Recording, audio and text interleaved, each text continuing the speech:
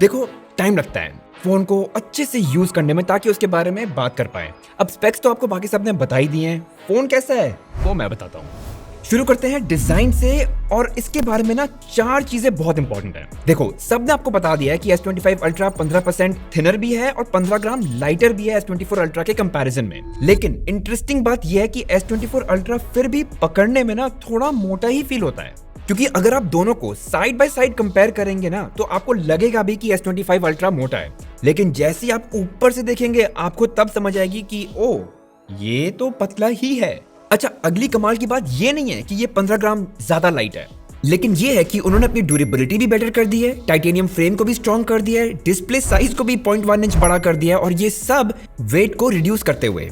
अब देखो, वैसे है तो बहुत ही मामूली डिटेल, लेकिन कुछ पॉइंट के बाद ना इसको करना या अचीव करना बहुत डिफिकल्ट हो जाता है, और सैमसंग ने कर लिया है। अच्छा, सब ये भी कह रहे हैं कि अब जो कॉर्नर्स हैं वो स्लाइटली राउंडेड है और ये ज्यादा कंफर्टेबल फील होता है। बट ऑनेस्टली अगर मैं बताऊं, मुझे पता है मेजॉरिटी लोग वैसे भी केस लगाते हैं, तो ये जो शार्प कॉर्नर्स वाली बात है इतनी मेजर डील थी नहीं जितनी हमने बना दी। और लास्टली कुछ ना कंफ्यूजन है इसके वायरलेस चार्जिंग कैपेबिलिटी को लेके। देखिए, ये ना G2 रेडी है, मतलब आप इसको कुछ केसेस के साथ यूज कर सकते हैं जिससे इसमें G2 कैपेबिलिटीज आ जाएंगी, और इसको आप बाकी एक्सेसरीज पे माउंट कर पाएंगे फॉर फास्टर वायरलेस चार्जिंग। लेकिन इसमें खुद में मैग्नेट्स नहीं है, तो इसको आप मैग्नेटिक एक्सेसरीज पे माउंट नहीं कर पाएंगे बिना उन केसेस के। डिजाइन वाइज कुछ चीजें मिस भी हुई हैं। पहली चीज, इसमें IP69 रेटिंग नहीं है।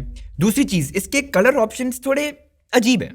अब जैसे मेरे पास ये सिल्वर ब्लू टाइटेनियम कलर है, ऑनेस्टली ये ना सिल्वर ज्यादा है और ब्लू कम है, लेकिन कुछ कुछ एंगल्स पे कभी कभी उसमें वो ब्लू शीन आ जाती है। लेकिन हाँ, आपके पास ऑप्शंस हैं, ऑनलाइन जाएंगे तो और भी कलर ऑप्शन मिल जाएंगे आपको। अच्छा, दूसरी चीज, कैमरा बम्प के नीचे ना हल्की सी जगह है, मतलब यहाँ पे मैं अपना नाखून भी ना डाल सकता हूँ, और इससे होगा क्या, ओवर टाइम थोड़ी ना डस्ट यहाँ पे अक्यूमुलेट होनी शुरू हो जाएगी। अब श्योर आप उसको साफ कर सकते हैं, लेकिन ये चीज अवॉइड हो सकती थी, जैसे S24 Ultra में ये प्रॉब्लम नहीं है। लेकिन बिग टेक अवे क्या है? देखो गाइस, बड़ा फोन है तो एक्सपेक्ट करते हो कि हैवी होगा, लेकिन जैसे ही उठाते हैं तो लगता है यार ये इतना बड़ा फोन इतना हल्का कैसे हो सकता है। अजीब लगता है, लेकिन एक अच्छे वे में। और दूसरा, अब आप इस पे जब केस लगाएंगे तो ये आपको बहुत ज्यादा भारी नहीं लगेगा, और ये बड़े फोन्स के लिए बहुत जरूरी होता है। तो गाइस, पॉइंट ये है जो बाकी सब मिस कर रहे हैं, वो ये है कि ये एंड्रॉइड की दुनिया में सबसे ज्यादा बड़ा एंड सबसे ज्यादा कंफर्टेबल स्मार्टफोन है। अब बात करते हैं दूसरे पॉइंट की, डिस्प्ले। अच्छा, डिस्प्ले को लेके सबको लगता है कि वही same AMOLED display, same brightness, बस 0.1 इंच थोड़ा बड़ा है as compare to S24 Ultra। लेकिन जैसे कि आपने बाकियों से भी सुना होगा, ये और भी ज्यादा एंटी रिफ्लेक्टिव है। मतलब आप इसको बाहर अगर यूज करते हैं किसी भी और फोन से कंपेयर कर लीजिए, इसकी क्लैरिटी अलग ही है। बट इसकी डिस्प्ले को लेके ना 2 चीजें हैं जो मैं कॉल आउट करना चाहता हूँ। पहली चीज, इसमें सैमसंग ने अपना खुद का एक LTPO टेक लगाया है जिसको वो बोलते हैं हॉप 3.0। उससे इस फोन की ना टच सैम्पलिंग रेट बढ़ जाती है, मतलब जब आप इस फोन को टच करेंगे तो वो रिएक्ट जल्दी करेगा। और दूसरा, इसमें ना एक इनबिल्ट एल्गो है प्रो स्केलर, जो HD और FHD कंटेंट को ना अपस्केल कर देता है बाय अप टू 40%, जो काफी अच्छी बात है। हाँ, अब ऑनेस्टली अगर इसको आप S24 Ultra के डिस्प्ले से कंपेयर करेंगे तो बहुत ज्यादा डिफरेंस सामने सामने पता नहीं चलेगा। लेकिन पॉइंट ये है कि अगर ये S24 Ultra के डिस्प्ले की तरह है भी, तो भी ये 2025 का बेस्ट डिस्प्ले वाला स्मार्टफोन है, take my word for it. अच्छा, एक और चीज बताना भूल गया मैं, S25 Ultra की डिस्प्ले का रिपेयर कॉस्ट S24 Ultra के डिस्प्ले के रिपेयर से 30% कम है, तो अगर आप थोड़े केयरलेस हो भी जाओगे तो इतना महंगा नहीं पड़ेगा। और एक इंपॉर्टेंट बात डिस्प्ले को लेके ये है कि S25 Ultra का डिस्प्ले, ऑल्दो इसकी टूटने के चांसेस कम है, लेकिन ये S24 Ultra के डिस्प्ले से ना ज्यादा सॉफ्ट कहा गया है। अब इसका मतलब ये है कि जो माइनर स्क्रैचेस हैं वो शायद इस पे ज्यादा आसानी से पड़े, लेकिन ये कुछ चीजें हैं जो ना ओवर टाइम हम इसको यूज करेंगे तभी पता चलेगा, तो अभी फिलहाल मैं जजमेंट नहीं दे रहा। अब बात करते हैं तीसरे पॉइंट की, कैमरा सिस्टम्स के बारे में। और देखो, सेम कैमरा सिस्टम है, एक्सेप्ट इसमें जो अल्ट्रा वाइड कैमरा है वो अब 50 मेगापिक्सल का हो गया है। अभी जो नया अल्ट्रा वाइड है इससे कितना चेंज होता है ये मैं आपको बताऊंगा भी, और फोटो सैंपल्स में दिखाऊंगा भी। लेकिन कुछ 4-5 चीजें हैं जो मैंने नोटिस की हैं जो शायद बाकी लोगों ने मिस कर दी हैं। सबसे पहले गाइस नोटिस किया मैंने कि पोर्ट्रेट मोड में भी अब आप जूम रेंज को अलग अलग लेवल पे वेरी करा सकते हैं, बीच में कोई भी लेवल पे रख सकते हैं। मतलब S24 में आप सिर्फ फिक्स्ड जूम लेवल्स पे ही जा सकते थे पोर्ट्रेट मोड में। आईफोन्स अभी भी ये नहीं कर सकते हैं, iPhone 16 Pro भी। दूसरा, वीडियो रिकॉर्ड करते वक्त एक नई जूम सेटिंग आ गई है, इससे आप slow zoom in and zoom out कर पाएंगे, वो बड़ा प्यारा सा जूम इफेक्ट मिल जाएगा। तीसरा, और बाकी लोगों ने भी इसके बारे में बात की है कि आप किसी भी फोटो के इफेक्ट को रेप्लिकेट कर सकते हैं एज अ फिल्टर और किसी भी और फोटो पे लगा सकते हैं। हेलो, ये तो आप वन यूआई में पता नहीं कब से कर सकते हो। नया ये है कि अब आप टोन को भी ट्वीक कर सकते हो, चाहे वो कॉन्ट्रास्ट हो, सैचुरेशन हो, टेम्परेचर हो, और उसको फिर आप सेव कर सकते हो एज अ प्रीसेट किसी भी और फोटो पे कभी भी लगाने के लिए। अगला, अब जो सैमसंग की वीडियोस रिकॉर्ड होंगी वो बाय डिफॉल्ट 10 बिट HDR में होंगी, और अब इसमें लॉग वीडियो रिकॉर्डिंग का ऑप्शन आ गया है। और गाइस, जब आप लॉग सेटिंग में शूट करेंगे ना, आप ज्यादा detail and dynamic range capture कर पाएंगे, जिसको फिर आप बाद में कलर करेक्ट भी कर सकते हैं, सिनेमैटिक लुक दे सकते हैं, काफी कुछ आप खेल सकते हैं। और आखिर में, और बाकियों ने भी बताया होगा आपको, इसमें अब ऑडियो इरेजर करके एक फंक्शनैलिटी आ गई है, जिससे आप बेसिकली बैकग्राउंड नॉइज या कोई भी बैकग्राउंड साउंड को बड़े आराम से अपने वीडियो से रिमूव कर सकते हैं। Alright guys, so I'm trying to shoot this video in a slightly noisy environment, okay? There's a speaker that's playing some songs, there are people working at the back, and there's also some water that's flowing. And we're going to try audio eraser on this, and this is what it sounds once I have all the sound or noise eliminated using audio eraser. And let me know, how do you find it? चलिए अब बात करते हैं ये जो नया 50 megapixel camera है और ये S24 Ultra के 12 मेगापिक्सल कैमरा से कंपेयर करें तो कैसा है। And clearly guys, S25 Ultra की अल्ट्रा वाइड फोटोज जो हैं वो ज्यादा ब्राइट हैं, वाइट बैलेंस भी बेटर है। मतलब आप देख सकते हैं कि S24 Ultra की जो अल्ट्रा वाइड फोटोज हैं उनमें थोड़ा ना मजेंटा टोन आ रहा है। End of course zoom quality की भी बात कर लेते हैं। S25 Ultra की जूम फोटोज भी ज्यादा ब्राइट दिख रही हैं। HDR परफॉर्मेंस भी डेफिनेटली बेटर है, आप वो लैंप बल्ब देख के समझ ही जाएंगे। और डेफिनेटली शार्पनेस भी ज्यादा है, कलर्स भी ज्यादा एक्यूरेट हैं। ये जो येलो रंग है S25 Ultra ने जो कैप्चर किया है वो डेफिनेटली बेटर है। मैंने बाकी रेगुलर फोटोज भी लिए हैं S25 Ultra के प्राइमरी कैमरा के साथ, जो काफी अच्छे आए हैं। वाइब्रेंट है, डायनामिक रेंज भी बढ़िया है, प्लीजिंग है, एंड डिफिकल्ट लाइटिंग सिचुएशंस को अच्छे से हैंडल कर लेता है। पोर्ट्रेट फोटोज भी अच्छी हैं, कलर्स सही रिप्रोड्यूस कर ले रहा है, एज डिटेक्शन भी काफी हद तक एक्यूरेट है, ह्यूमन फेसेस की पोर्ट्रेट्स भी अच्छी ले रहा है, बढ़िया स्किन टोन्स कैप्चर करता है, हार्श लाइट को भी मैनेज कर ले रहा है, एंड एज डिटेक्शन स्पेशली बालों के अराउंड सही कर ले रहा है। सेल्फीज ठीक है, नॉट द बेस्ट, मतलब iPhone 16 Pro and X200 Pro better selfies ले लेते हैं, हाँ, बट ये भी बुरी नहीं है, अच्छी हैं। और वैसे तो अब S25 Ultra जूम किंग नहीं रहा, बट जूम फोटोज अभी भी अच्छी ले लेता है। मतलब जूम रेंज अभी भी काफी फ्लेक्सिबल है, तो जो मेजॉरिटी यूज केसेस है वो कवर हो जाती हैं, फोटोज ठीक आ जाती हैं। लो लाइट में भी परफॉर्मेंस काफी अच्छी लगी। अब देखो, Vivo X200 Pro जैसा तो नहीं है, बट ये भी बुरी नहीं है। नॉइज नहीं है फोटोज में, ब्राइट लाइट्स को ठीक मैनेज कर ले रहा है, कलर्स ठीक प्रोड्यूस करता है despite low light, and skies को भी काफी अच्छे से हैंडल किया है जैसे इस फोटो में। गाइज, अगर मैं आपको मोटा मोटा बताऊं, अगर आपको ट्रू फ्लैगशिप फोन वाला एक्सपीरियंस चाहिए जिसमें UI भी अच्छा हो, UX भी अच्छा हो, फोन के एस्थेटिक्स भी अच्छे हो और काफी अच्छा कैमरा सिस्टम भी हो, कोई और ऑप्शन है ही नहीं।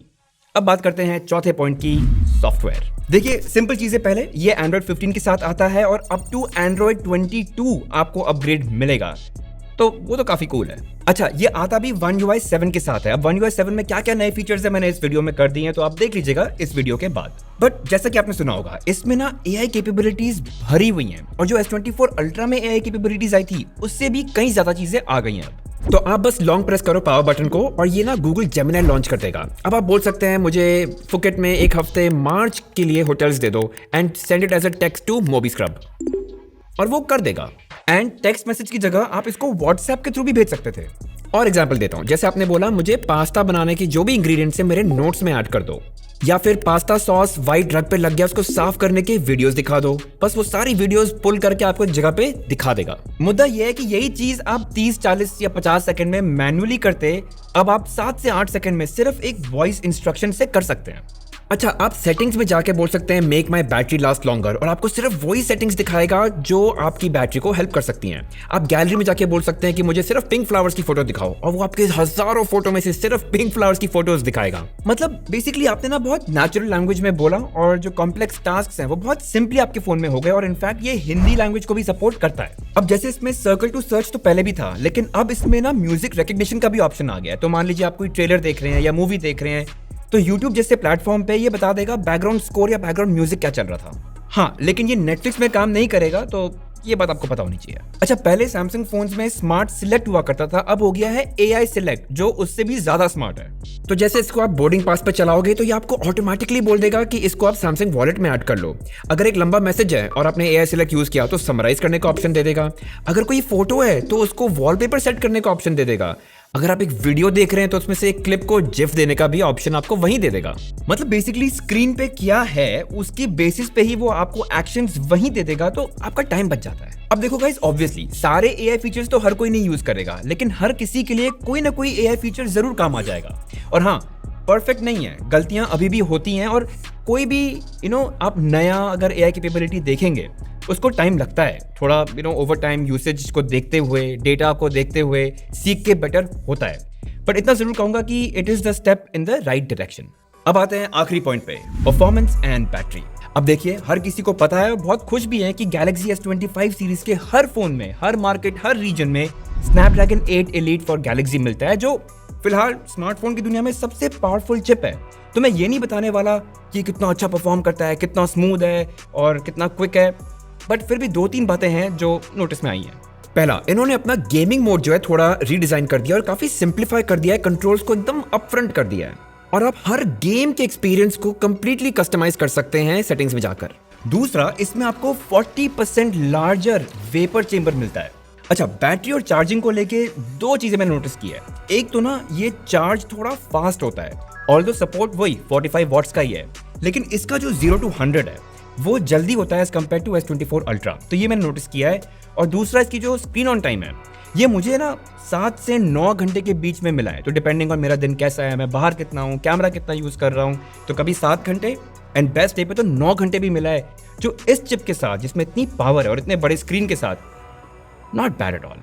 अब देखिए, ये सब तो अच्छी बातें हो गई, लेकिन कुछ चीजें हैं जिसके बारे में हमें अभी भी बात करनी चाहिए। सबसे पहला, ये जो AI फीचर्स है ना, ये हमेशा के लिए फ्री नहीं रहने वाले हैं। इनफैक्ट अगर आप सैमसंग की वेबसाइट पे देखेंगे, वहीं लिखा हुआ है कि AI फीचर्स सिर्फ 2025 के एंड तक ही रहेंगे।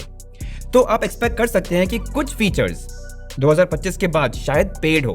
अब कौन से फीचर होंगे ये तो मुझे नहीं पता, शायद सैमसंग को भी नहीं पता। दूसरा, इसमें IP69 रेटिंग नहीं है। देखिए, कोई बहुत बड़ी चीज नहीं है, मतलब आप इसमें क्यों गर्म पानी फेंकेंगे, और ऐसा कभी होगा।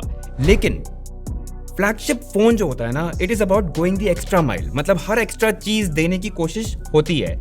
इसमें वो होनी चाहिए थी, बट मे बी S26 में दे।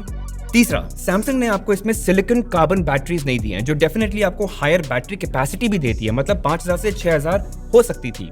अब ये क्यों नहीं किया मुझे नहीं पता, बट गेस मेरा ये है कि सैमसंग थोड़ा सेफ प्ले करने की कोशिश कर रहा है। देखिए, सैमसंग जिस लेवल पे और जिस वॉल्यूम पे ये फोन्स की सेल्स करता है, बहुत कुछ स्टेक पे है, और वहां गलती का ना बिल्कुल भी ऑप्शन नहीं है।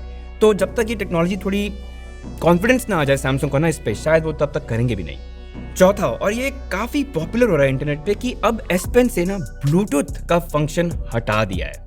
देखिए, S24 अल्ट्रा में आप इसको निकाल के फोटो ले सकते थे और ये सारे एयर जेस्चर्स कर सकते थे, जो ऑनेस्टली अगर मैं कहूं, मैंने कभी भी किसी को भी यूज करते हुए नहीं देखा है। लेकिन फिर भी इस बात पे चर्चा काफी हो रही है। हाँ, लेकिन सैमसंग ने हटाया क्यों, इसका भी कोई पॉइंट नहीं है। बट खैर, अब तो चला गया है। मैं यूज करता था, फोटोज देने के लिए करता था, लेकिन अब नहीं कर पाऊंगा। देखिए गाइस, जहां तक मैं देख रहा हूं ना, 3 तरह के लोग होने वाले हैं। वो जो S24 अल्ट्रा से S25 अल्ट्रा पे अपग्रेड करेंगे ही करेंगे, चाहे कुछ भी हो जाए। दूसरा, वो जो पुराने फोन यूज कर रहे हैं, जैसे S21, S20 series, S22 series, और वो जब अपग्रेड करेंगे टू S25 अल्ट्रा, उनको ऑब्वियसली बहुत ज्यादा अपग्रेड फील होगा। और तीसरा, वो जिनको अपग्रेड करना नहीं है, लेकिन ना अपग्रेड करने के रीजंस जरूर देखेंगे। तो आप इन तीनों में से किस पे बिलोंग करते हैं, मुझे कमेंट में जरूर बताइएगा।